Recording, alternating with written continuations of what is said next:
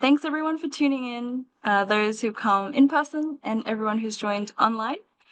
My name is Selena Mayer. If you might have already met me before from the reading of the brief, National Vice President of Professional Development here at SONA this year, the leading student body of the Australian Institute of Architects. I'm one of the creative directors for Super Studio this year, and today we're joined again by our co-creative directors, Chloe and Joel from Alcorn Middleton. And today they will be leading out first of 2 design day talks. So at the very end, we'll have a Q&A session, and just so that everyone is aware, the session is also recorded. So to start, the Australian Institute of Architects acknowledges the First Nations people, the traditional custodians of the lands, waters and skies, the continent now called Australia. We express our gratitude to their elders and knowledge holders whose wisdom, actions and knowledge have kept culture alive. We recognise First Nations peoples as the first architects and builders. We appreciate their continuing work on country from pre-invasion times, contemporary First Nations architects, and respect their rights to continue to care for country. Again, we'd like to thank our national sponsors, Aspect. Super Studio wouldn't be possible without them, so thank you so much. As we know, Super Studio is a national conceptual design challenge for all of you guys in the built environment. And today's purpose, the Design Day talk, is to really sow more nutrition into your process of design. And so hopefully coming out of the Design Day talk, your head will be spinning with ideas and different possibilities for how to approach the brief, which we shared with you yesterday. If you haven't accessed the brief just yet, it is also available now online. And just to run through again the program, we're at point 3 today, so the first Design Day talk. Just so that everyone knows, the registration deadline has also been extended. So if you haven't registered yet, there's still an opportunity to do so. So today will be Joel and Chloe. Awesome. Take it away. Okay, I'll share my screen over on this computer. Thank you everyone for joining us again. I hope you enjoyed the brief. Reading of the brief yesterday. The reading of the brief. It's a pretty exciting one. I think you've no doubt found. I'm probably still trying to work out what it is. What it is. And what it is you're going to do. If there are any additional questions to do with the brief, happy to again answer some of those if we can as well. So if we have time today. If we have time, there's a bit that we're going to talk about today. So we've got a couple of projects. We'll probably focus on just one. If we do have time, we might go into some other projects of ours as well. And basically, we just wanted to step you through, I guess, some of our ideation sort of processes, which might actually help, you know, with this particular competition as well. So just to start off with, this is a quick snapshot of kind of where Joel and I essentially started out. So we've been doing this together as Alcorn Middleton since 2013. So we've been doing it quite a while, almost 13 years it will be next year.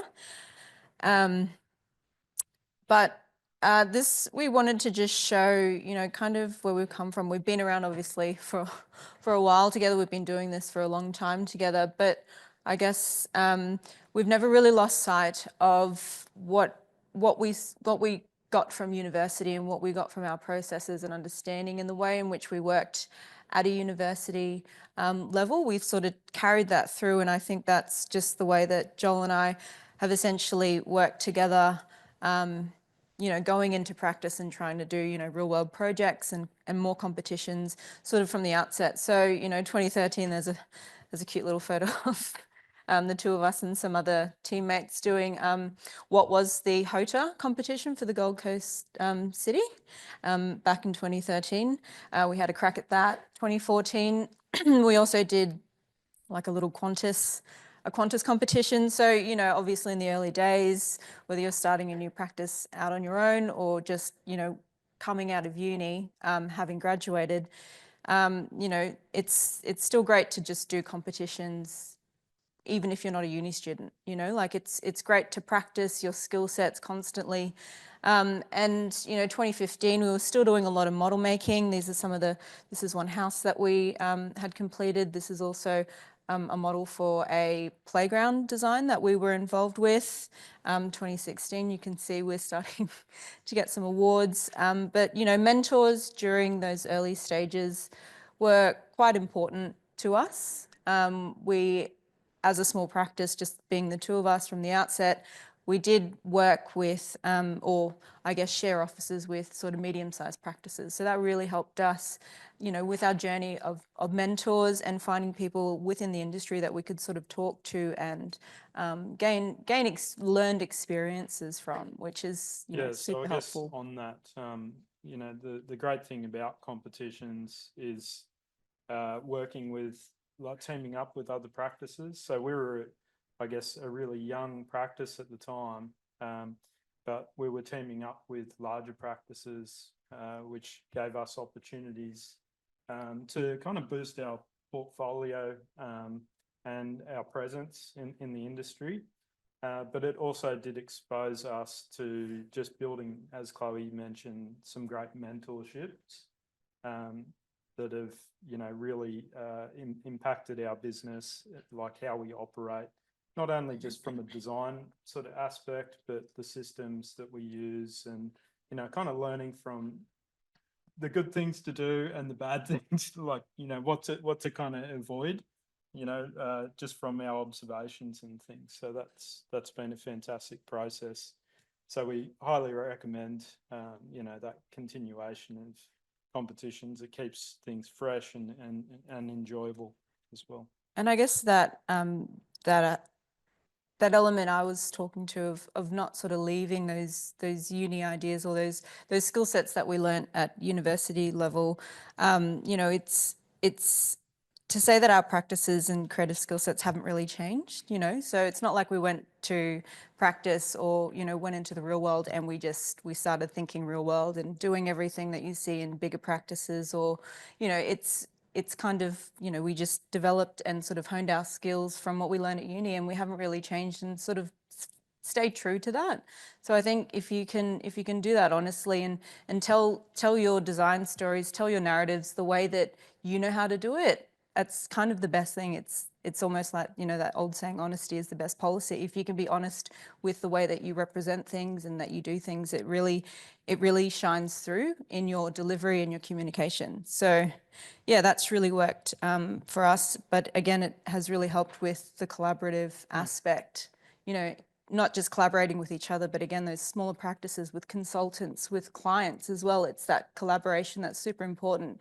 Yes, we might not like doing all of those group assignments at university, but that's essentially what it's like in the real world. And you kind of have to just get on with it and learn how to communicate and collaborate with one another. This isn't an individual, I guess, sport or discipline. We have to work together. And as architects, that's our job, to bring all of the consultants together to create, great outcomes. Yeah, and I think it's important with Super Studio. We've got a tight deadline here to work to. So it's actually kind of identifying, if you are a part of a team, identifying what each individual is really good at and letting them kind of run with that and helping them, wherever you can as well. That's how you'll get a fantastic outcome. And that's what I found particularly special about Super Studio, and my real appreciation for collaboration began there. Because like Chloe said, yeah, group projects, sometimes at university, some people let you down. I feel like with Super Studio, because it is so intense, you do really rely on each other to come through at the end. So I think it's like pretty special in that respect. So I guess just to round that out before we talk about the project that we're going to speak about today is playing to your strengths. And I guess just quickly, I didn't really know that at university. Like, no one really said, oh, you're really good at this or you're really good at that. If you don't know what your strengths are and you have a really good group of friends, maybe it's that you ask them, what am I actually good at? If you don't know what you like doing or what you kind of are really quick at doing and what you kind of lag behind when you're trying to get a submission together, it's sort of knowing what your strengths are and then finding the people around you to kind of pick up the pieces so that you can create that well-rounded, I guess, execution or well-rounded package, which is kind of what Joel and I had quickly sort of figured out. Joel figured out my strengths and I learned that from him. And he said, you're really good at this, this, and this. And I was like, oh, wow, no one's actually said that to me. I hadn't actually realized that myself.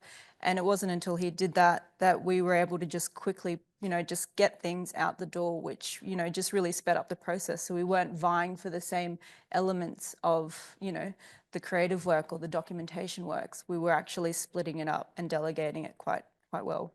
Yeah, and just like the real world, we have deadlines too, and it's ridiculous how quickly we turn out concepts and things because we kind of understand the like we almost have an unspoken language where we just pick up from each other. Yeah. Yeah. So that's essentially us in a nutshell as a backstory. But so let's get into it. We're going to be talking today about Bradbury Park. This was a real world competition and it actually came out of COVID. So when COVID happened, everyone obviously remembers that, talks about this as a COVID project, but we didn't want to sit there and sort of, I guess, wallow and just sort of watch the news. We wanted to really think about, you know, keeping up those skill sets during a time where the world had to essentially stop. We still had our computers, obviously, the internet was still, you know, so we could still access all the things that we would usually do, but we thought, you know, competitions were a great way to kind of keep our mental stimulation sort of going during that sort of lull. And like we're more known for, I guess, our residential sort of architecture, like designing homes and things. That's kind of where we started out. Where we kind of started. And because COVID came along, we lost a lot of that work. So we did have to think, and we just rebranded at the time as well. So, you know, we put a bit of money back into the business for a change. And COVID hit, so we were in a little bit of a panic. So we went searching for competitions. At the same time as this particular competition, Barangaroo, there was a competition there that we were entering as well. We decided to dedicate our time to something more local because we saw an opportunity with this particular project. So going from houses to doing a playground is pretty weird, right? But we just love a challenge. We don't care what kind of projects come across our desks. We just really enjoy pushing the envelope and doing you know, great concepts. So what appealed to us about this particular project is it was a playground for 10 to 15-year-olds. So that's pretty different. So that appealed to us because we thought we can actually do something different in this space. You know, if it had been just a playground, we may not have been as interested, but that kind of appealed to us. So for those of you that don't know, Bradbury Park is located on the north side of Brisbane. So the image on the left, you can see the CBD, the brown snake, everyone sort of kind of knows the shape, but north of that, kind of closer towards Chermside, Bradbury Park is about a 4.5 hectare site. Didn't have any master planning on the site, very close to the Prince Charles Hospital and a big shopping centre, Westfield Chermside, to sort of like the northeast of it. But yeah, so our site was sort of in the southern end of Bradbury Park. And to the north is sort of like a bit of a mixed use netball courts and a bowls club, whereas the southern end of Bradbury Park was just sort of a bit of a free-for-all and again, like I mentioned, not really master planned. So this is essentially excerpts of the brief that Brisbane City Council had put out as the first stage, which they call for this competition an expression of interest. So this was released in about mid-2020. And you essentially had to form teams that made up a builder, a landscape architect, an architect, a playground certifier. So the teams were essentially, you know, a group of businesses, a collective of businesses that had to come together. So like a uni assignment, like a group assignment. Yeah, so in that first stage, there was 15 teams. So you can imagine 15 teams. Each team had about 5 kind of companies associated. So it was a pretty big deal. And then the next stage was the RFP, request for price. So that got broken down to 4 teams. Shortlisted down to 4. And then obviously the next phase to that was awarding. And we somehow pulled it off, a little practice like us. Of course, we had some bigger names associated, like the builders and things, but we were kind of like the untested underdogs, I suppose. Underdogs. Yeah.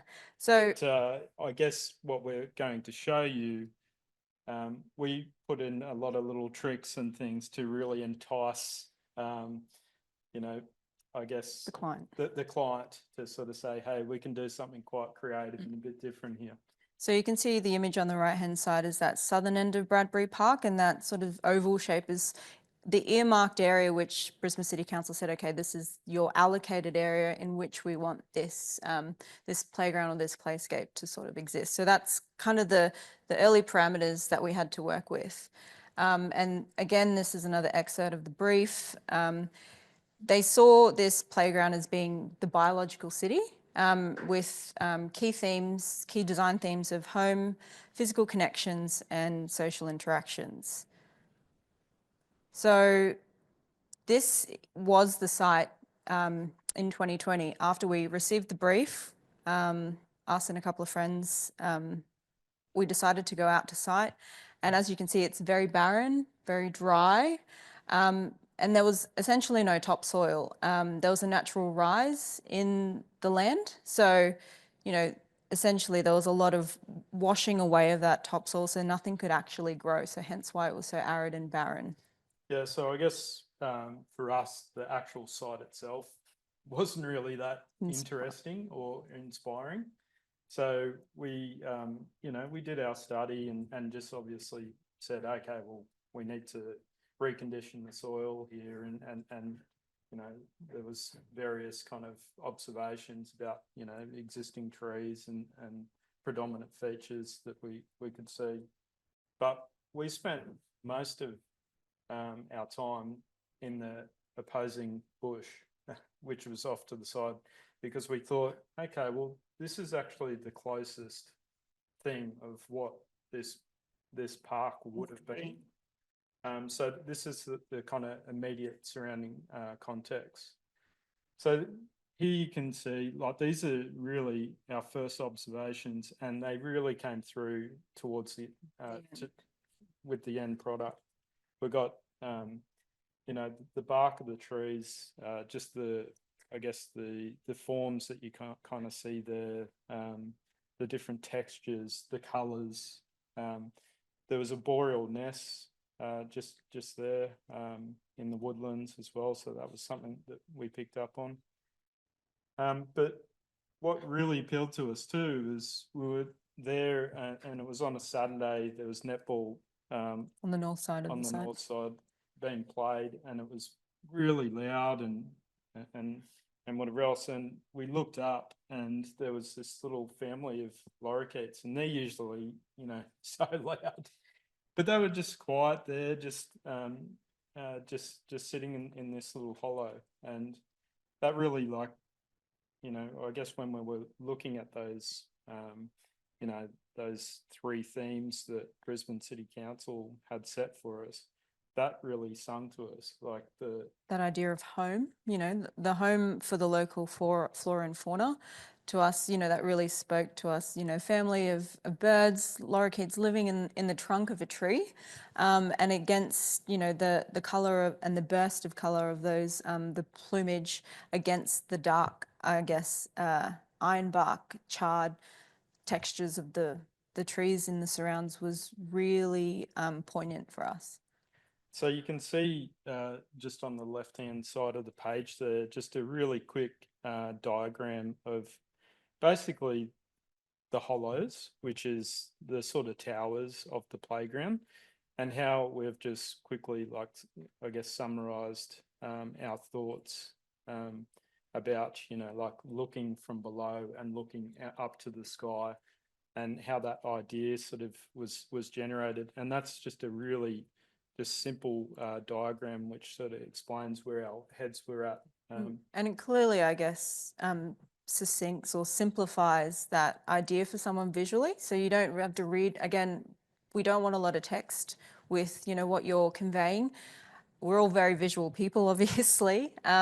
So, if you can distill your idea into, three diagrams, or, kind of three kind of aspects of an idea, I think that is really clear, whether it's 3, 2, or if it's just one.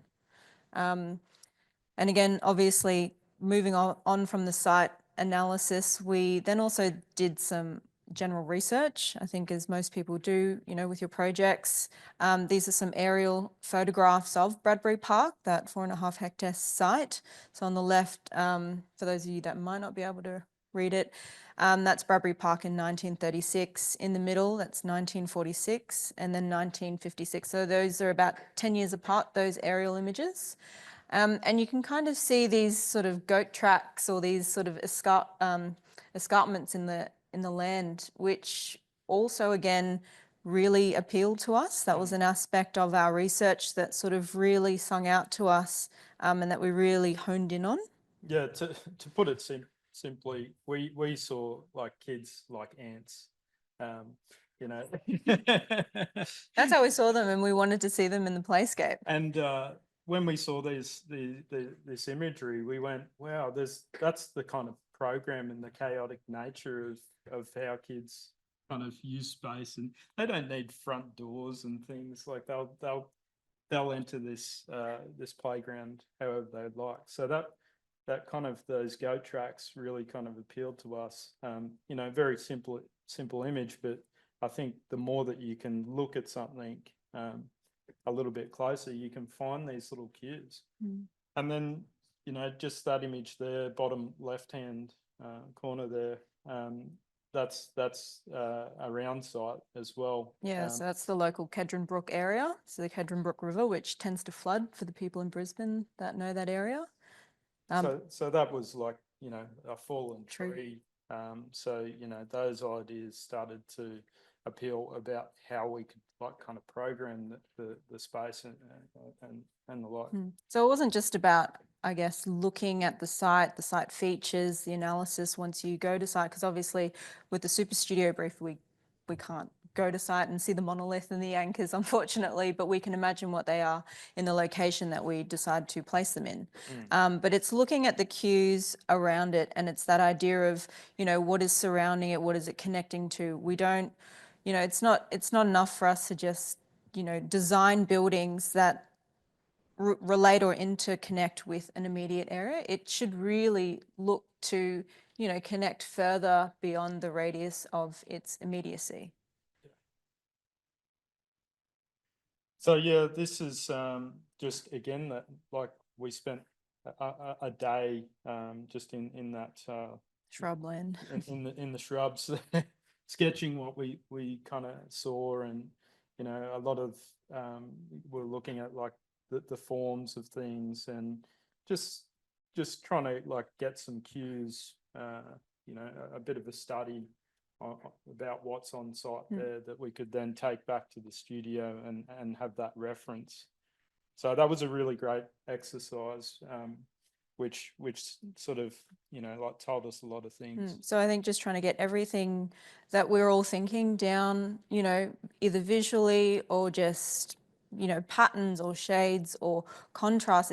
It doesn't matter what it is. It's that whole pen to paper, everyone kind of gets a bit scared. The first idea is, not necessarily the one that you're going to design with, but it's just kind of getting those ideas out and just seeing what is there collectively once you step back and put all of your thoughts on the page. I think that's super important. You just kind of got to start somewhere, and you can then start to tease out little elements or aspects that you may not have really seen before.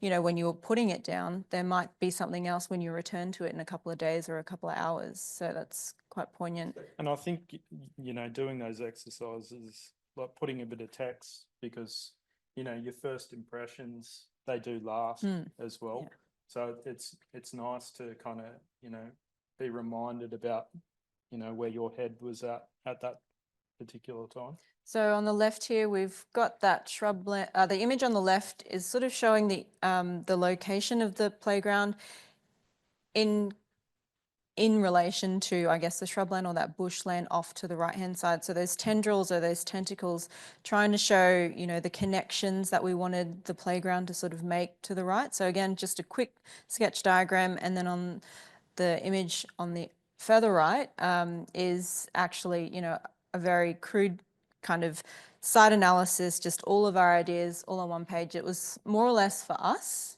as for the working team to kind of go through and say, these are all the elements that were really important to us. We ended up actually sort of just using it and putting it into the document, our expression of interest.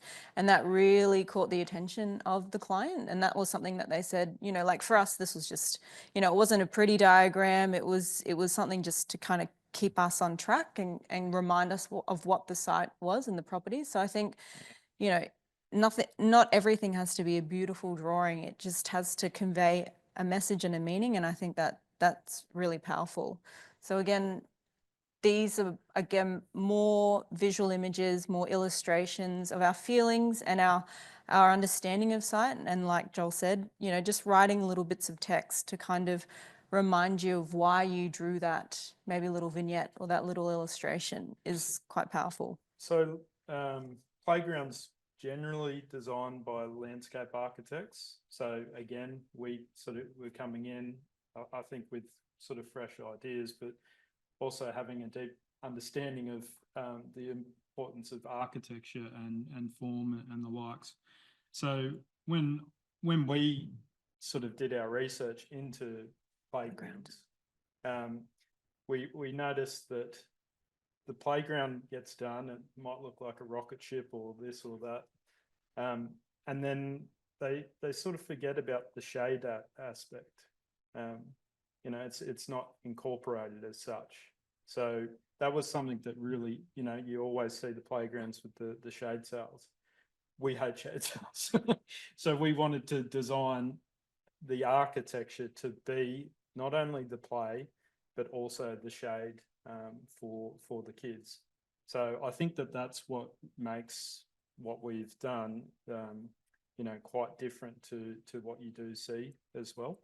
So it was, and the idea was the architecture is shading the landscape to help the landscape flourish as well. Because remember how arid and dry and hot and dusty the site was originally? It's because those trees obviously were only sort of sporadic around the site. There was nothing to actually kind of bind the soil together. There was no protection for that landscape to thrive. So by creating, I guess, this canopy or this structure, like sunscreen essentially. Yeah, we would actually be able to sort of help revitalize the soil in that aspect, and sort of, kind of get it going and have it there, indefinitely. Yeah. So yes, this was all part of our EOI, mind you. We hadn't actually been Awarded anything, even shortlisted or anything. So this was like, we probably went a little bit overboard, but we really wanted to get our ideas in there. So this was kind of our first take on what the playground could have looked like. We were thinking very rigid at that point. We were thinking easy to build, all that sort of stuff. So the idea, the diagrams at the top there is we had like this kind of structure, and that you could actually like pull elements off it over time as the landscape kind of like grew to give it better opportunity and things. So I think that's a kind of great idea in its own. It didn't come through, but it was just a really cool kind of thing. But a lot of that sort of messaging came through in different ways. Yeah. So again, obviously that element of shade was very important to us. Obviously, as architects, I think the landscape architects like, oh, we can just add it at the end. And we're like, no, we've got to think about it now. And if we think about it now and incorporate it now, it will feel a part of what we design and what we build, and it won't look like a tack on, which is what we were trying to avoid from the outset. So these, again, and remembering too, it was a biological city. That's what the client was after. So we were trying to kind of create that.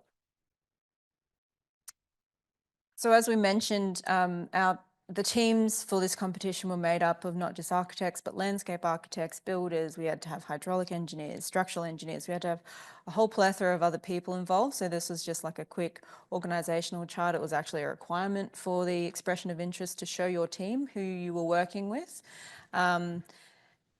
And yeah, you can kind of just see, the key people here, and this map in the middle sort of was just a visual map to sort of say, these are the local, I guess, businesses that we're using, and we're all quite close. So during COVID, if we actually had to meet up, it wasn't going to be such an arduous problem. But obviously now everyone gets on Teams, and we're very well versed. I think you can kind of see, like, even that image in the middle, they're things we kind of do in uni.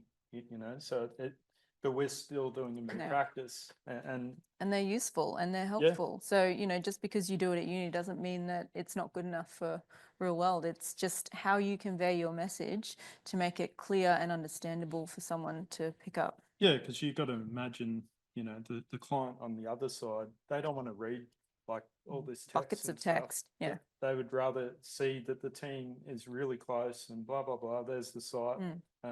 They can visually identify it. There's the checkbox, done.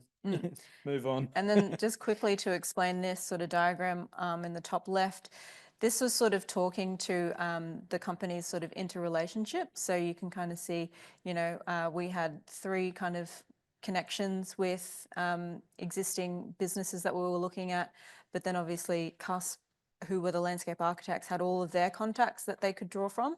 So those were the types of, interconnections that we wanted to show the client, that whilst the core team, the builder, the landscape architect and the architect hadn't actually ever worked together, we're still working within a team of, people that are confident within each other to kind of get the work done. And, we still have interconnected still. Yeah.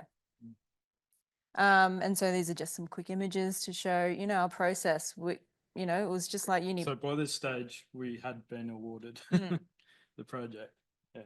So, it's just like uni, put your stuff up on the wall sort of so you can constantly talk to it. It was just trace paper everywhere. It was, This was an interesting one. So because it was COVID, council, Brisbane City Council didn't have like a meeting space that was big enough for the team. So we end up using our home studio for all the meetings and things, and the workshops, because we had to have all that extra space, natural ventilation. So that was quite funny. But you can see how many people are kind of involved with the project of this complexity as well.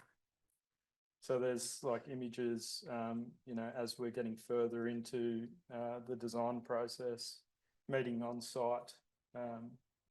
The top ones are actually before we were awarded. And so going back to, I guess, our design vision and what we were trying to convey to the client, this is essentially the idea, was the idea of byways, which harp back to those aerial photographs of those goat tracks and us, seeing the kids as sort of ants. It's, that's essentially what we wanted to convey. And we distilled our idea into, I guess, one notable word or idea that we could all just go, okay, yes, the byways. You know, by labeling what it was that we were designing, we weren't just going to say, oh, the playground or the playscape. When we could actually give it a name, that was something that the whole team could actually reference and refer to. I think more importantly, the client, you know, like yeah, and just for the client, it was so important for them to say, oh, that project, the byways, you know, so that you weren't just team number 3 or team number 5 or team number 13. something that they could catch on to. Yeah, so we kind of gave our idea, and this again is the expression of interest. So we hadn't actually been shortlisted down to the 4. We were still one of 15 teams. We wanted to give, you know, our idea a name that the client could sort of latch onto or remember us by. I think we had it take the byway and not the highway. Yeah, probably in the text there somewhere if you're reading it.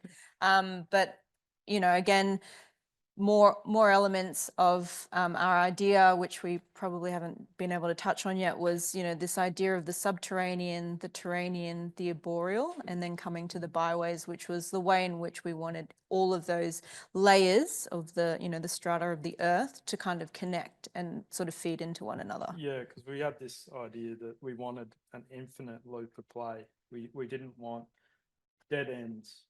So there was always like a choose your own adventure. Like once you get to a point, you're always, you know, you can go that way or you can go that way. But the subterranean, terranean and arboreal was really important, and you can see that as well. So the subterranean, we actually dug into the land, and the idea was that from the road, you're just seeing bobbing heads and things. You're not, you know, kids are like disappearing and reappearing and the like. So that was the subterranean, but that was also how we dealt with the erosion and encouraging water paths through. Other ideas on that as well was thinking about, you know, people with disabilities and stuff. So giving them access. Equitable access. Equitable access, as well as the elderly. That was a big thing, getting them to be in a part of the play. And then the terranean was a bit like the log idea that we were talking about before. All these little fingers that come from the ground and connect to the structure. So that's the kids coming in. So that's the terranean level. That's how you enter the structure. And then the arboreal is like the nests that we were talking about. So not only the lorikeet hollows, but also, you know, the ant nests and things. So those themes or those elements from the vision that we're sort of talking to here, again, an excerpt of our EOI or our RFP, these were harping back to the client's key themes. So this was harping back to that physical connection that they wanted us to implement into our design and show how we wanted to physically connect with the ground. So that's how we saw our design responding to that key criteria. Yep. Did we have the game theory? Yeah. Yep. And then moving on from that, this is how we essentially then distilled our response to the project theme. So again, this is an excerpt of I think our request for proposal. So once we were one of those 4 shortlisted teams, we wanted to really make clear that, you know, our ideas of home, our ideas of physical connection, and our ideas of social interactions, which were those 3 key design themes, were really clearly stated to the client, and this is how we were going to essentially meet that, or, you know, use those cues. Again, these were, you know, not just great for the client, but these were great reminders for us going back through, and even now, like going, oh yeah, that's why we did that. You know, it's just quick and easy to see. And then down the bottom, you can see our sort of early ideation of, you know, maybe the craziness, because at this point we weren't really going to start obviously putting any sort of real pen to paper until we were actually obviously awarded. So these are sort of just really evocative images to kind of get the client interested and understanding where our heads were at. And actually just Chloe sort of pointed out too, and going back to what I sort of said yesterday, like what you kind of get out of, you know, things like Super Studio is you can always refer back to this, like, you know, when you later in practice, you know, there's a million ideas here. Not all of them come through. You know, and still for me, a lot of the super studio projects that I did, I still look at them every now and then because I'm like, that was a cool idea, you know, like I want to bring that into our architecture somehow. So, so I think that's something to just be mindful of as well. And then again, this is a bit more of that ideation. So that early sketch on the top left, you know, was that idea of shading that we wanted, some iterations, you know, that we're working with, you know, for kind of crazy forms that we thought, you know, the client might like. And then sort of, you know, going into those key themes of, you know, the subterranean, the terranean and the arboreal. And then, yeah, just that evolution of that idea, you know, they're all very different sketches, style types, ideas, but you can maybe, hopefully, start to see, you know, where one is sort of leading to the other. And, you know, whilst it might be, you know, a dead end idea, it still formed part of, you know, the thinking and the thought process. So like we sort of said, we thought that the council might have gone for, say, that first image there. Because it was quite buildable and all this sort of stuff. Built on a grid.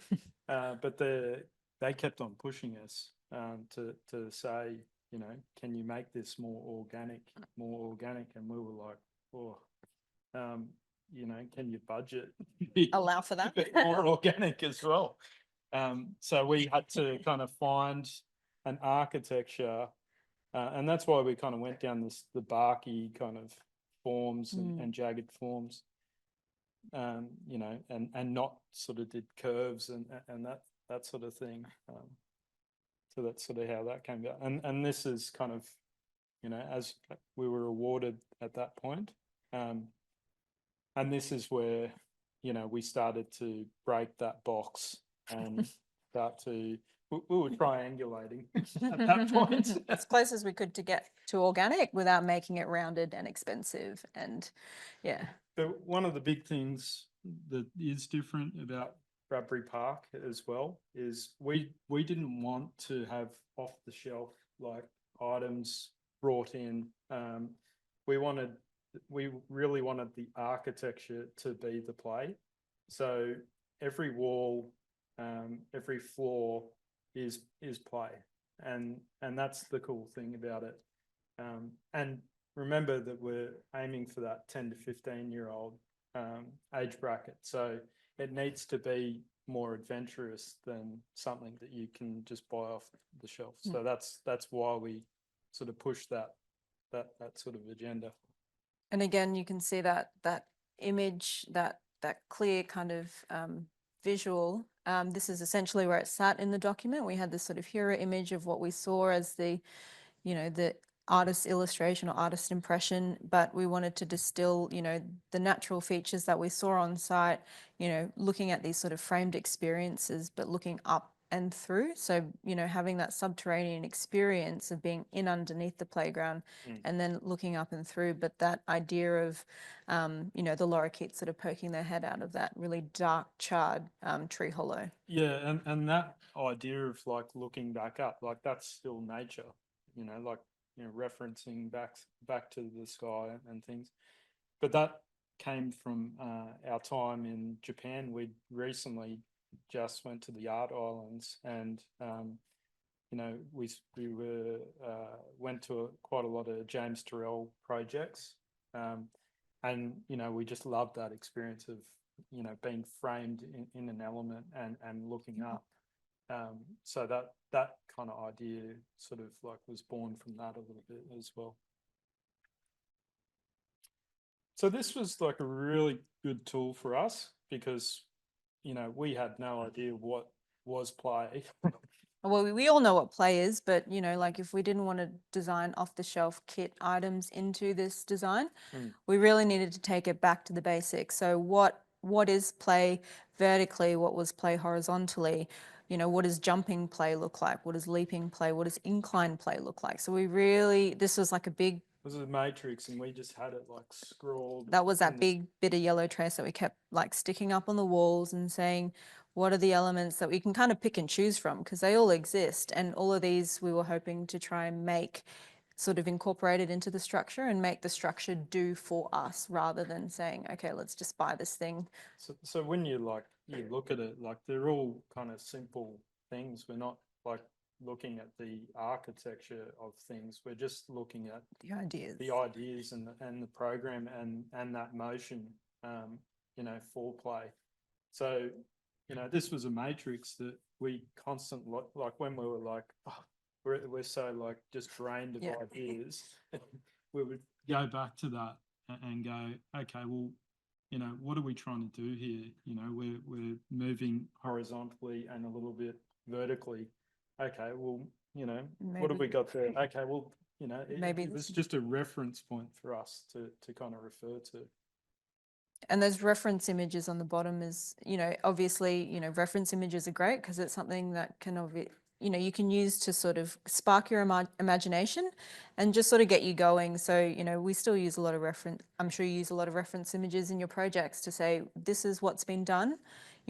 This is kind of where it's going, and maybe I want to deviate from that, or maybe I want to borrow elements of that. And, everyone does that in practice, whether you're in a big firm or a small firm. And, it's just a really useful tool, but even sort of just in highlighting to the client, so we had these sort of images where we were sort of drawing their attention to specific elements that we wanted them to focus on, not just, oh, here's a nice image, here's a nice thing, like actually going that little extra bit and saying, this is what I'm actually looking at, rather than saying in a caption. Yeah, so, and that sort of talks to, I guess, yesterday when we were talking about the Bernard Chimney work and what's the other one? Moonhoon. Oh, Moonhoon. Just the clear way of how they represent their kind of works. It's just, visually you can see what they're wanting you to look at. Rather than the whole image. Yeah. So I guess, that's what we're hoping, or at least, it is a tool for the other side, the jurors, to understand your thinking. Understand. Yeah. And then again, this is talking to that idea of using a tool. So we had this one hero image in amongst others. This was essentially the axonometric image that we had, and we just used that same image across different pages to show the different modes of activation of the playground. So we had, play function in terms of the active play. We had play function in terms of the quiet and creative play, and then again the social. So those, again, we're hitting those key themes that we needed to, show the client our understanding of, but also showing clearly what it was that we wanted them to know, obviously without having designed it, this is what we wanted, the kids to do sort of in this element. This is what we saw them doing in that element. Play isn't just playing, right? It's not a swing set. It doesn't have to just be the seesaw. It's, it's sitting and having a chat with your friends and meeting, new people and that sort of thing. So we wanted to kind of build in all that as well, in the playground itself and beyond as well. So you can see how effective just one image can be, just by changing what it is you're layering on top of that. So we weren't having to create, 3 of these very different images. It was just these sort of little sketches that we sort of superimposed on the top. And, it's just really clear and simple to understand for the client and the end user what it is we're trying to convey without using a lot of text.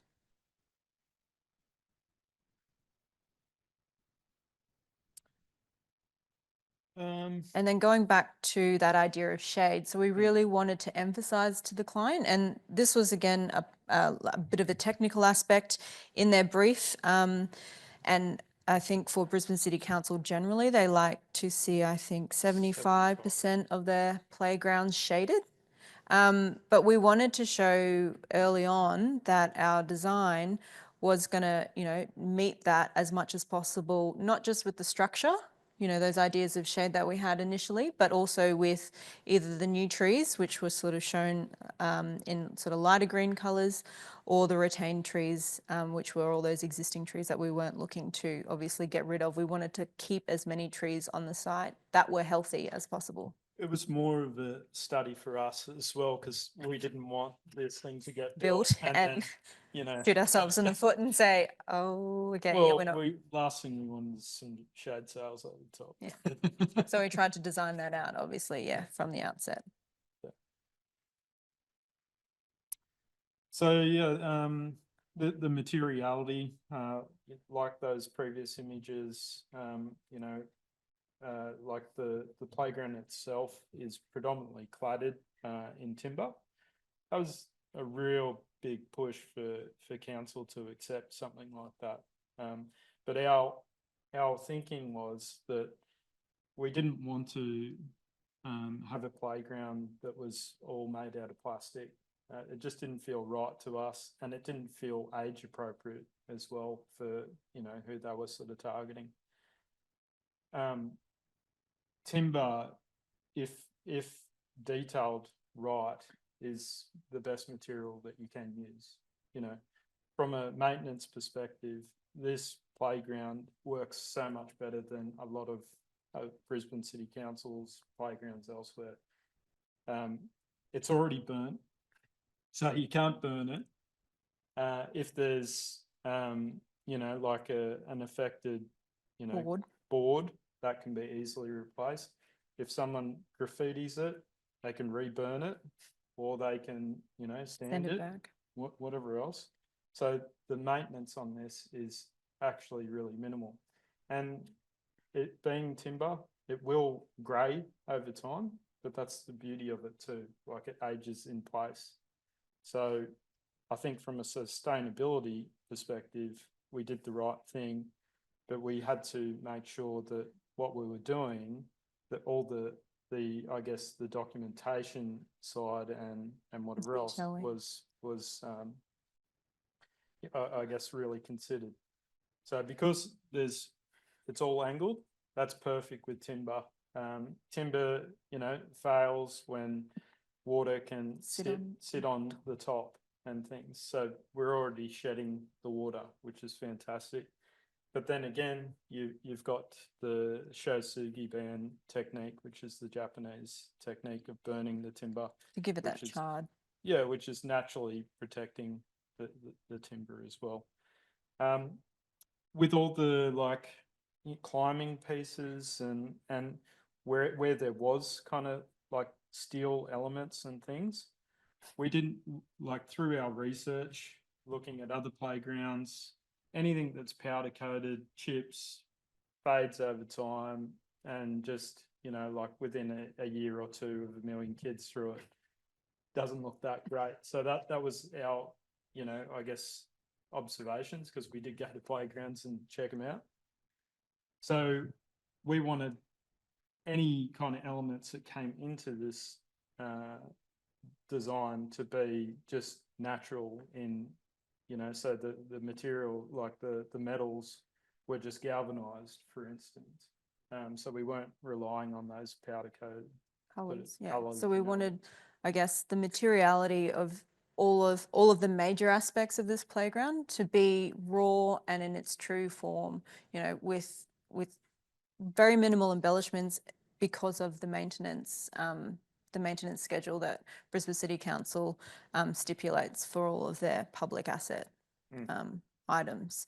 So I guess by keeping, the timber black, the metal silver and galvanized, we really only had, I guess, smaller elements and aspects to introduce those colors, and we wanted to make sure that those colors were going to stay rich and vibrant, but also create that dynamic element and that idea of that original memory that we have of the sight of the lorikeets sort of poking their heads out of that tree hollow. So that color against the black sort of bursting out, rather than this whole thing just being saturated in color. Yeah, so to that as well, the location itself, opposite the playground, you've got predominantly just houses, and a lot of the neighbourhood wasn't too keen on, you know, the playground being so immediate. So immediate. So we were really mindful of that. So we wanted to, like, the great thing about black, you know, in a bush setting is it actually recedes and disappears. So as you get further away from the playground, it just, you know, you can almost not even identify it. So that was another reason that we kind of did that. But the colour is actually a detail within. So it's not until you get up close that's where you start to see these bursts of colour, like Chloe's saying about the lorikeets and things. And, you know, we had a budget, right, to adhere to. So we had to be really smart about how we kind of did those things. So you can see the lorikeets' wings, or I hope you can see them. And we did that, I remember talking to the rope guy, and he's just like, no way, like, that's going to look stupid, like all this sort of stuff. But we drew it. We, you know, he gave us the rope file and we sort of colored them. And just to sort of test it, everything we did, we had to test to make sure, you know, that it was going to look good and it was going to. That we were confident. Yeah.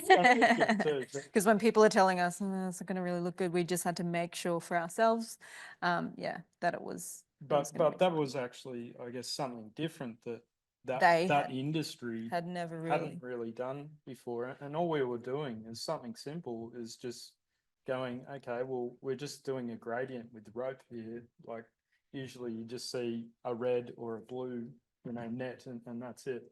So we were just like literally just, you know, like doing that sort of exercise. So I think, the rope people. Thank you, Lindy. The rope people essentially had they have, I think, about 20 colours, I think, and we sort of narrowed them down based on, you know, the colours of the lorikeet, and we just used ratios, and, you know, we really thought hard about what it was that we were putting into this. And you can see just in that image too, like there's the actual render 3D model, and it's fairly close to the built thing. So like the only way to execute something like this was to make sure that the model and the documentation was spot on, because we've got a million different angles going on. No straight lines, essentially. So, you know, then talking about the drawings, this is essentially what we had to produce to kind of get everything across the line, get everyone communicating the right way. We as the architects essentially heralded the BIM collaboration, or the BIM coordination of all the models. So we had the engineers model, we had the structural fabricators model, we had the landscape architects model, you know, that we really had to kind of talk to each other, or at least hand off to each person in the line, in the progress, and make sure that all the fixings and the fittings worked well, so that on site it all went together like a little prefab kind of clicked together. So, you know, there was a lot of time that we spent in this sort of documentation and detailing aspect. I don't know if that's showing properly, but yeah, you can see all of the different connections, all of the different steel members. You know, this was really important, not just for us and the builders, but it was great for, you know, the fabricators, the guys putting all the steel bits together, welding it all together, and then having to, you know, galvanize these big sections, you know, so that they were able to fit on a truck and get rolled into site. So these are just some of the behind the scene or, you know, during construction photos. That was pretty cool on seeing it for the first time. Yeah. You know, just the scale of it.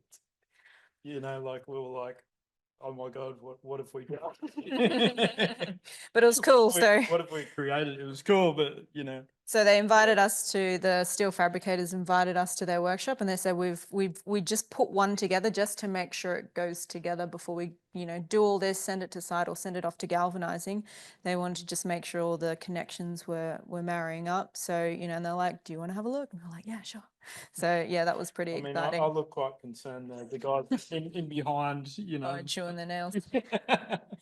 And then these are more on-site, I guess, construction tidbits. Yeah, so just to quickly, explain how it goes together. It's basically a bit of a Meccano set. So it was made all in a factory, and it was made in two halves. So you've got the lower and then the upper, essentially there. And then, of course, we had to clad it as well. So there's just some of the goings together. So for reference, the highest point, I think, is 14 metres, and it's about 50 metres long as well. So it's pretty significant. At one stage, it was going to be, would we have it like 17 metres high, but it got scaled back a little. Value management. So these are just some images of the cladding. Yeah, this was cool. So this is that Shugi band cladding. We also got the advice of a timber expert, so a local timber expert, Edgar Stubberfield. He's great. He's Queensland's kind of timber specialist, and we knew that from our mentors. They'd worked with him previously, and we'd heard about him and done a lot of talks with him, and so we thought, well, if we're going to use timber on a project at this scale, we really need someone to kind of like oversee it and just put their eyes over it and make sure that what we were doing was correct. And he gave us all the, all of the details, I guess, for the screw fixings that we really needed to, kind of make it easier for the builder to construct. Oh, just to know that it's, like not going to, snap the timbers, the weak points, all that sort of stuff, the screw layouts and things. So just getting that, we had him in there for a day, but just that feedback was all we needed. And he said that, we're doing the right things and agreed because of the timber, the inclination of the timber, that it was going to hold up for the 50-year life cycle as well. And so this is the photo of the left of the team members who were able to make it on site at the open day. And then on the right-hand side, that's the image, obviously the hero images of the photos that we got professionally done. So maybe just on that one too. So there is misting, it might be in some of the other images, but you can see on the right-hand side there, the kid down in the bottom, in the middle there, the light coming through from that from the dichroic film. We wanted the playground to feel alive, so it's actually doing, it's changing with the seasons, with the sun. Yeah, like, so you've got all this shadow play and producing all that on the ground as well. And there is actually a misting system which goes throughout, so that actually helps cool in summer. But again, it's like it creates that fallen log experience with the mist and things, and that subterranean. So you can see the three levels there: subterranean, the terranean, and the arboreal. The subterranean just kind of disappears, which is, you get all these rainbow effects in there. It's pretty amazing. And then these are just some of the presentation drawings. So there's obviously not the working set, but these are the drawings that we did after, just show. Yeah, and actually those three trees that we've got there, they were like probably, remembering that big barren bit of land that we're working with, they were the only really significant sort of elements on the site itself. But they were great because that helped us program the space. So we actually like kind of wove in and around that Those sort of existing space. trees, yeah. And we had, tree protection zones that we had to kind of like design around and things. Yeah, there's a whole technical aspect of this project that we could go into, but we won't do that today. But yeah, there's just some more, I guess, professional photos of the finished outcome. You can see a high balancing beam there being showcased by one of the kids, that link to the terranean, to the ground plane, and sort of connecting in, and just, the sheer scale of it, but the ability for the children to be able to, scale outside and on the structure. Again, that idea of playing on the structure was super important. So being able to do that, obviously in a safe, compliant, and certified way was really important. You guys obviously don't need to think about that for this brief, but, those were the kind of challenges that we really needed to tackle. So there's, you might see it in the following, probably the next one. Yeah. So we had, because everything's climbable, we had, a breakup with the cladding. So where the cladding comes closer together, that's where we're not encouraging kids to play. Where the cladding is opening up, that's where we're encouraging them to play. So obviously, we don't want them climbing over the top. So we had to do this whole strategy on, where it becomes solid and where it opens up.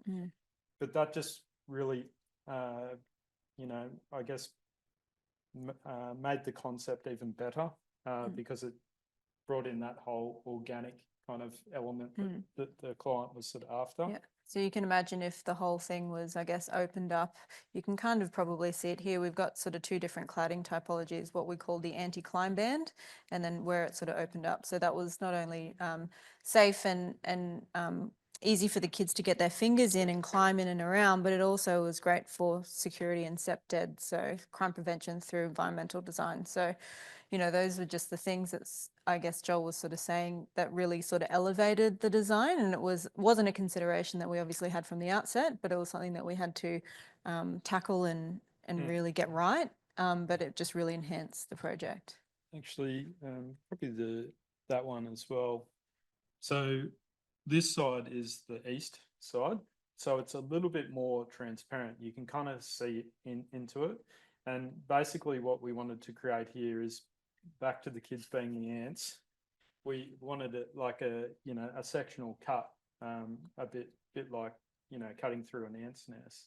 So we were actually using all the cues that we do when we design a home.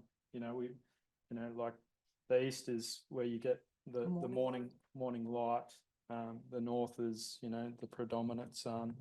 The west, we wanted to heavily shade. So on the western side, it's more heavily screened. On the east, it's a little bit more opened up. On the north, it's very exposed. So we're using all those kind of like design tools that we do for homes, and applying them in a playground setting. In a playground setting. Yeah. So yeah, I think probably to that point, and I think this is the end of the presentation, and we probably don't have time for the other projects, unfortunately, but to that point, I think, all of our skills are transferable, whether, we use them in architecture or not, but, whether we are designing for homes, designing for hospitals, I think the skill sets that we get taught at university level are so crucial. And if you can get those right from the outset and you understand, the holistic crux of those, that really will set you up, for success. Because, if you're not designing to the site or the conditions or, to the client's requirements, you're not going to succeed. So you really just have to understand what those are. And once you get you keep practicing those, I think the longer you kind of do this, the better it is. It's just like, practice makes perfect. So, yeah. Oh, maybe one other thing, because I think it is like a unique thing that we sort of designed into this, and you can see it on the right-hand side there. We kind of came up with this idea of, okay, we're doing a playground here, and we've got to limit age groups and things, because this is a little bit, like more challenging for, say, the toddlers and things. So we kind of thought, well, why don't we tackle it like game theory? So basically anything at subterranean level is accessible for everyone. So no matter your abilities. And the idea was to, yes, get the grandparents in underneath the structure and feeling part of that play. But on the right-hand side here, you can see that there's, just a couple of ropes and getting you into an opening just there. So you've got to be a certain age to have that upper body strength to actually pull yourself up there. So that's just a at every entry point into the playground, there's a device similar to that, whether it's looking at the netting, so having the netting closer together and then opening up wider. That's how we were able to kind of limit, you know, the little kids not getting into areas that we didn't want them to. And the game theory as well is, you know, the risk and reward. So, you know, as you level up, you know, the greater the reward. So that was like kind of easy design tools that we kind of used to not only explain to the client, but came through as, you know, kind of cool experiences and something sort of different, I think, that we kind of brought to this space as well. And an interesting, I suppose, little tidbit, if I could add, the when we have gone to site, we've gone to site, you know, several times over the last couple of years, either for jury visits or for just talks and conferences, just to, you know, explain these ideas that we're talking about today, you know, to other groups. We've actually seen, you know, like people of different ages at all different hours of the day. So whether it's the morning or the afternoon, and you know they're adults on this thing using it as exercise, which is a fantastic thing and not something that we ever obviously designed it for, but it is really kind of, you know, interesting to be able to go back and see how people are using it in all their different sort of fashions and ways. Yeah, a simple idea like a balancing beam, but, you know, 3 meters in the air, that draws a crowd. Yeah. You know, yes, we got softball and things underneath, but it's just amazing to see how many people line up for something that's such a simple kind of idea. But yeah, that's Bradbury Park. And then maybe if I could just say one thing to close, if before Sanlena jumps in, there's a great article on Architecture AU, and it's only a very short one, from Ross Didier. He's a industrial designer and he's a very prolific, I guess, Australian industrial designer. He's been around for a long time. There's a great photo of him in his early days in the workshop. But it's a very short article, and there's an excerpt which I want to read to everyone now, which I think is very poignant for this, you know, this design brief, but even just as you guys starting out, you know, coming into your, you know, maybe your end of your university career or just starting out in architecture, is that Didier said, during my starting years, I wish I'd realized how important the early ideas were, because those concepts will create the foundation for the rest of your design career.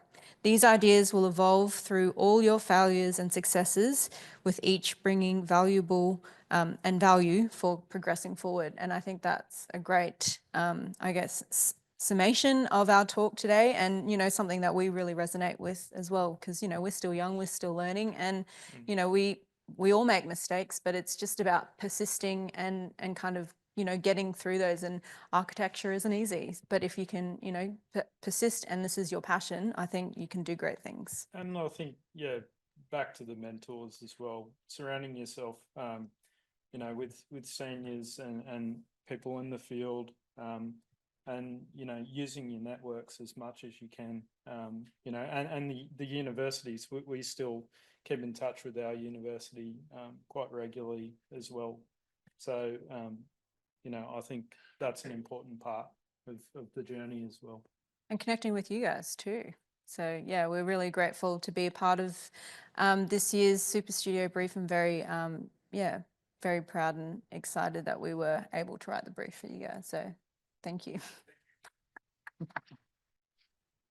Well, thank you so much, Joel and Chloe. That I wish I had some of that advice when I was finishing uni. That's what I was just thinking then. I was like, gosh, I could have used you guys when I was doing it. Thanks, Katie.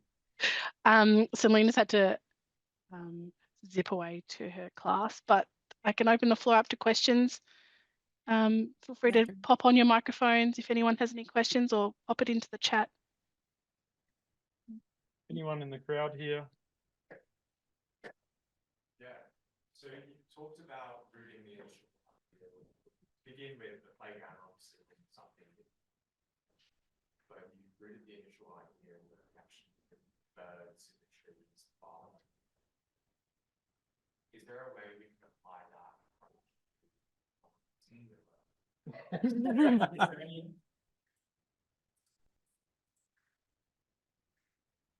Would you mind So- just re-saying the question? Yeah. So the question was, you know, our inspiration for Bradbury Park being the bark and all the textures and everything that we found on site. Is there any of that kind of, I guess, knowledge that we could share, which would be useful for the students for this Super Studio brief?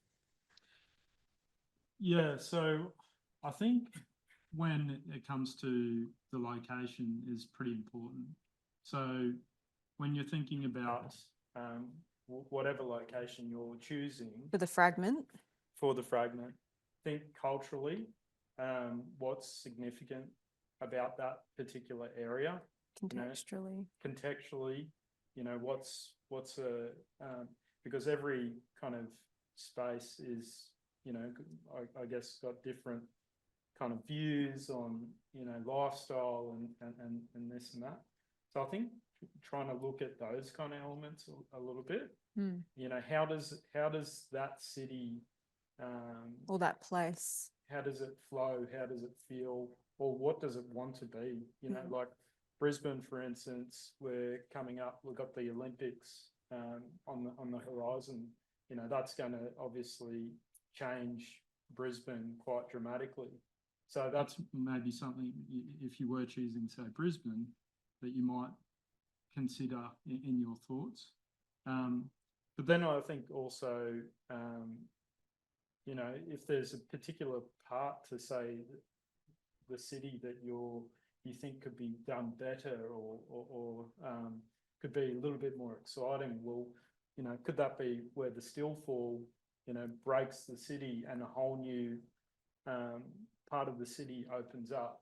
You know, there's this new divide or new threshold or something of interest where that stillfall might come into. And like I said, you guys are the authors too. You know, like if you want to have it come through the body of water or you know, in the middle of the river or in some really iconic setting, you know, go for it. It could be in your backyard if you want, or, you know, if you live in a share house and you're in a team with, you know, you're all living in the same share house, you can, you know, sort of pick that. But I think to your question, it should really be either, you know, significant or, you know, sympathetic to its context. Yes. You know, like you might pick the place based on the materiality, or you might pick it in contrast of that. You know, you might say for Brisbane, you know, our vernaculars are very timber and tin orientated. You know, Melbourne's very brick, and same with Tasmania. It's very heavy because of that's what the climate calls for their, I guess, building vernacular. So, you know, you can pick it for, you know, it you wanting to do something quite sympathetic or something in complete contrast to it. So maybe if you're going to do it in the botanical gardens, maybe you want to respond to it with a vertical garden or, you know, vertical farms or, you know, I don't know. You get, the world is your oyster. But yeah, have fun with it. You know, like there's no like real rules. Yes, we want you to follow the brief and try and, you know, reach all those checkpoints and things. But I think if you're just communicating why you did something, that's the most important thing, you know, in this brief, but in anything that you do, you kind of just need to clarify and point out why you did something and why you know, you wanted it to be this particular way. You just kind of have to justify it and don't post-justify. Yeah, getting that story in, you know, like I hope that our presentation today was kind of showed that we never lost vision from the start. And we kind of executed that right the way through. You know, there was people the whole way trying to chip us down on certain things, and we were like, no, this is the vision, and this is what we're doing. And you know, I think everyone's happy about that. You know, how that sort of all panned out. So I think just stay strong with a couple of ideas. Yeah, and just be honest. So I think there was a question on the chat. How speculative can the design proposal be? As speculative as you like. I think the more speculative, the better. Like we don't want, again, I think we said this yesterday, we don't want this founded in, you know, formalities or, you know, standards or compliance. We want this to be a really creative outcome for you guys. Just kind of go wild. Yeah, like even this presentation, you know, you could almost say like it's not buildable in a lot of ways. We found a way. It wasn't easy, but you know, yes, we are encouraging you to be very speculative in your kind of thought process. Yeah, because this is kind of the only chance that you can probably do that now. You know, I don't know what everyone's sort of briefs are in terms of their projects and in their courses, but they're probably quite tailored. The further you go into your architectural degree, the more kind of realistic you need to start thinking about things. So this is sort of about trying to just get the creativity and just really convey the essence of what you're feeling, you know, in the response to the monolith, in response to the mega and the fragmented aspects. Mm. Was there any others, Katie, or any from the crowd? Any other questions? Feel free to pop on your microphones as well. Yeah. So the next talk that we have coming up as well on Tuesday, that's going to be, I guess, more focus on speculative type architecture. We might be talking a little bit about built works as well, but that's what the discussion is going to be mainly sort of focused on. So as I said yesterday, Matt Drysdale is very much sort of in that space, and Gouled was more or less mentored by Matt Drysdale as well. And just for your reference, Matt and I worked together in practice a long time ago now, but we were essentially part of a competition team for a larger practice, where we, you know, sort of travelled interstate, working on some of the sort of major projects. So I guess that's why I really enjoy that conceptual sort of process and actually like bring it through to built works. Whereas Matt, he just remains in speculative land mostly. But the stuff that he has had built is pretty incredible. Is absolutely incredible as well. Yeah, so that'll be pretty inspiring as well. Oh yes. Yes. With aspects of it's obviously left quiet. Yes. Do you want us to, if we focused in on something, would you prefer us to explicitly state what some of our assumptions are of what we took from that brief, or would you prefer it not explicitly stated and kind of have to figure it out and pull it out? Oh, that's a good question. Do you want to So, relay that yeah, one? so the question was how explicit should the response be in relation to the brief, or should it not be explicit at all and left up to assumption? That's a tricky question. But I think if you can stitch your idea through that storytelling, and you're creating the emotions through the imagery and things, that's kind of what we're trying to kind of get out of this whole sort of program. So it's not about like necessarily telling us absolutely everything that's going on, because you've got to capture the attention quite quickly for the jurors. So I think if you're maybe too explicit, then it might actually take away from that sort of creative process a little bit, for yourself as well when you are kind of there. Like, I think it's better to just let the ideas just, you know, wander and just, you know, keep that door open to new things as much as you can. But if it is a really strong idea and you are able to convey that. to convey that, go for it as well. There's no right or wrong answer. Did that help? Yeah. Anyone else there, Katie? So we Anyone might- from the room? We might wrap it up. I think people have done well to stick it out for this long. Thank you, especially on a Friday. Yeah, we would have loved to have shown you a couple more projects of ours and sort of show you that process, but feel free, to reach out to us on Instagram or email if you want to hear a little bit more about what we do. We love Sharing. and like meeting with people and talking all things architecture, of course. So please feel free to do that, but we're not going to give you any more hints on on the brief. Yeah, don't ask us about the brief. Ask Lena. I really wish I was doing this myself. Yeah. Anyway. We might have to have a session later. Yeah. Great. Well, let's wrap that one up. I think, Katie. Thank you, Joel. Thank you, Chloe. This recording will be available next week online. So anyone that's missed it, we can share that as well. Cool. Thank you. Perfect. See you Good all at luck, the talk everyone. next week. See ya. Yeah, see you all next week. Thanks, everyone. Bye.